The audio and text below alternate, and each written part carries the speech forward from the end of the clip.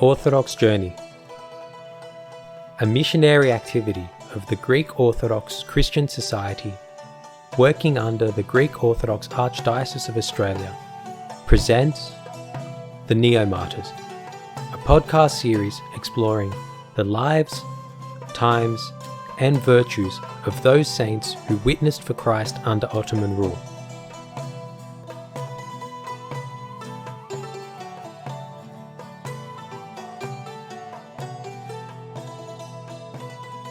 The Fall of Constantinople in 1453 signalled the dawn of a new era in both the history of Greece and the history of the Orthodox Church. It was a period characterized by the persecution, subjugation, and debasement of Christians, a period in which to proclaim one's belief in Christ was to resign oneself to a life of harassment and hardship.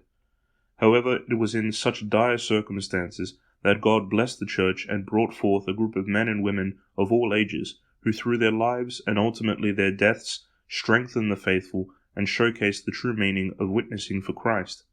These men and women who differed in so many ways, yet were united in Christ, are the new martyrs. There are new martyrs from many parts of the world and many different persecutions. Most recently, we have seen new martyrs in the Soviet Union and China, as well as in the Middle East. This podcast series seeks to explore the lives of the new martyrs who witnessed for the Christian faith under the yoke of the Ottoman Empire. This Islamic and Turkish Empire caused the martyrdom of tens of thousands of Orthodox Christians, and yet despite almost certain torture and death, the new martyrs remained firm in their faith. One of these new martyrs, who took it upon himself to bring the Orthodox faith to the captive people, was St Kosmas the Aetolian, St Kosmas of Aetolia. Large wooden crosses can still be found in some villages of Thessaly in northern Greece. The locals there know that all these crosses were erected by St Kosmas the Aetolian, also known as Pater Kosma or Patro Kosma, to the inhabitants of the towns in the regions of Epirus, Macedonia, and Thessaly. This extraordinary man was known throughout Greece, and many people believe that St Kosmas the Aetolian saved the Greek nation during this very critical stage of its history. St Kosmas was born in 1714 in the village of Megalodendro of Aetolia, just to the north of the Gulf of Corinth, with the name of Kostas. He spent his early years in the village helping his parents out on their farm. At that time, the situation in the villages of Ottoman-occupied Greece was miserable. Churches were closed, people died without funerals, and many were not baptized. People were isolated and subject to violence, and many Greeks converted to Islam to make their lives easier in these tough times. When Kostas understood the terrible crisis his countrymen were going through, he took action. Initially, he taught in the town of Lobodina in Aetolia. He knew that education was a weapon for the subjugated Greeks that had forgotten their history and their religion. However, he quickly understood that his efforts as a mere teacher were not enough, and so Kostas went to Mount Athos in 1743 to study at the Athenite Academy, which was similar to a university. He studied there for 8 years, and apart from theology, he also learnt ancient Greek, Latin, philosophy, rhetoric, mathematics, natural sciences, and even medicine. At the same time, he was tonsured a monk with the name Kosmas and was ordained a priest. After around 20 years of preparation on Mount Athos, he made his big decision. He wanted to leave Mount Athos to visit the subjugated Greek towns and preach 2 things to them. First, he wanted to teach them about Christ, that is, the faith in Christ that saves people, and secondly, their own glorious history, the history of the Greek people. And so, he received the permission of the Patriarch of Constantinople in 1760 and started his first journey. Beginning in the villages of Thrace, he made his way into Macedonia and Albania. Then he went south to central Thessaly, and then back up towards Epirus and southern Albania, which at that time and even today is largely Greek. He walked everywhere, day and night, hot and cold. He only had his staff with him and had no money or supplies. For 19 years he travelled throughout Greece from one end to the other. He also went to many of the islands, including the Ionian Islands, the Cyclades, Rhodes, and Crete. He became famous throughout Greece. Whole towns came to hear him. Many followed him in his travels. On many occasions he took 40 to 50 priests with him. When he reached a town, the priests would hear confession at night, and on the next day they held the divine liturgy, where people would receive Holy Communion. Afterwards, Father Kosmas would speak to the crowd. First, he would put up a big wooden cross. Then he put a stool next to it, like a wooden box, and stood on it so everyone could see him. Then he started his homily. He spoke to them very simply so that everyone could understand. He talked about Christ, Panagia, and the saints of the Church. He spoke to them about how to love and how to care for each other. He managed to restore the friendships of many people, both among the Orthodox faithful as well as between Orthodox and Muslims. And without the Turks realizing it, he spoke about the freedom that faith in Christ brings. At the end of each homily, he spoke about the darkness of illiteracy. What use were the jewels women wore? The greatest jewel was education, he would shout. His words had an immediate effect. Men and women took off their jewelry and laid them at his feet.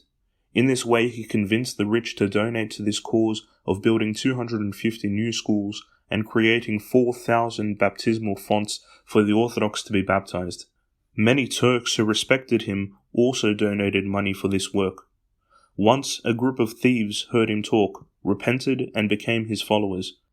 On another occasion, a Turkish Pasha, or governor, took one of Father Kosmas's crosses and turned it into a bed for himself, trying to show that he wasn't afraid of the cross, and would make fun of Father Kosmas.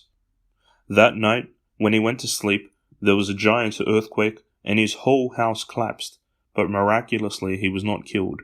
On the next day, he took the cross back and returned it to the place where Father Kosmas had left it, and returned every day to worship in front of it. This is just one of the miracles that St Kosmas worked in his lifetime.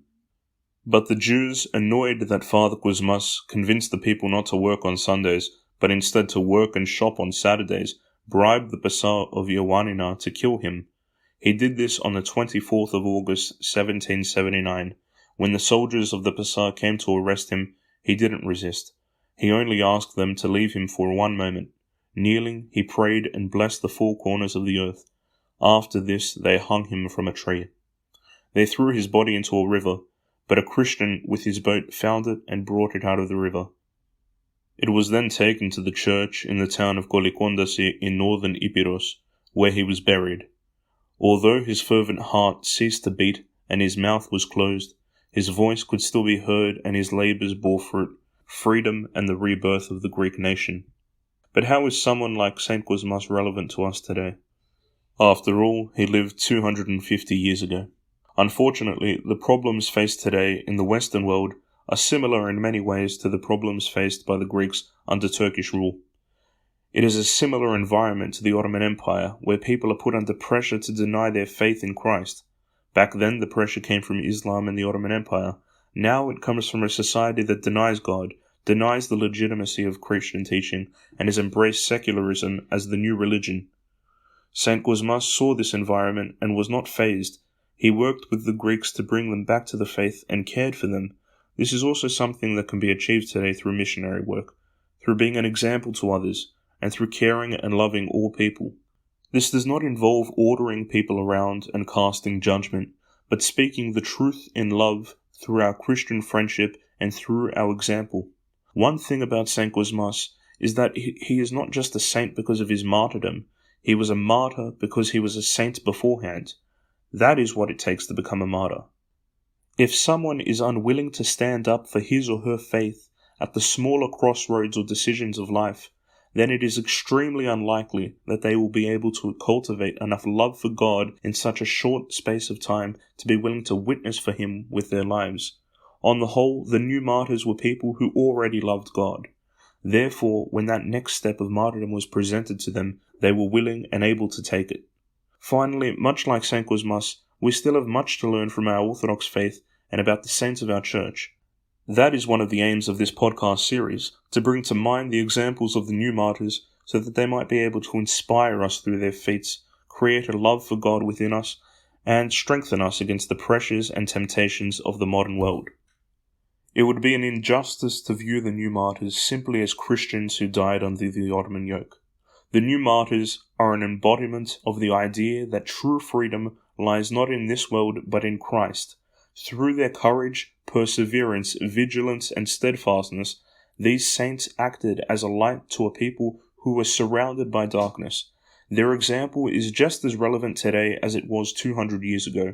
In the Gospel of John, Jesus says, "In the world you will have tribulation, but be of good cheer, I have overcome the world." This is the message of the new martyrs. They are voices crying out in the wilderness. They are witnesses to the ultimate truth. Through death, they have testified to the world that Christ has made us free.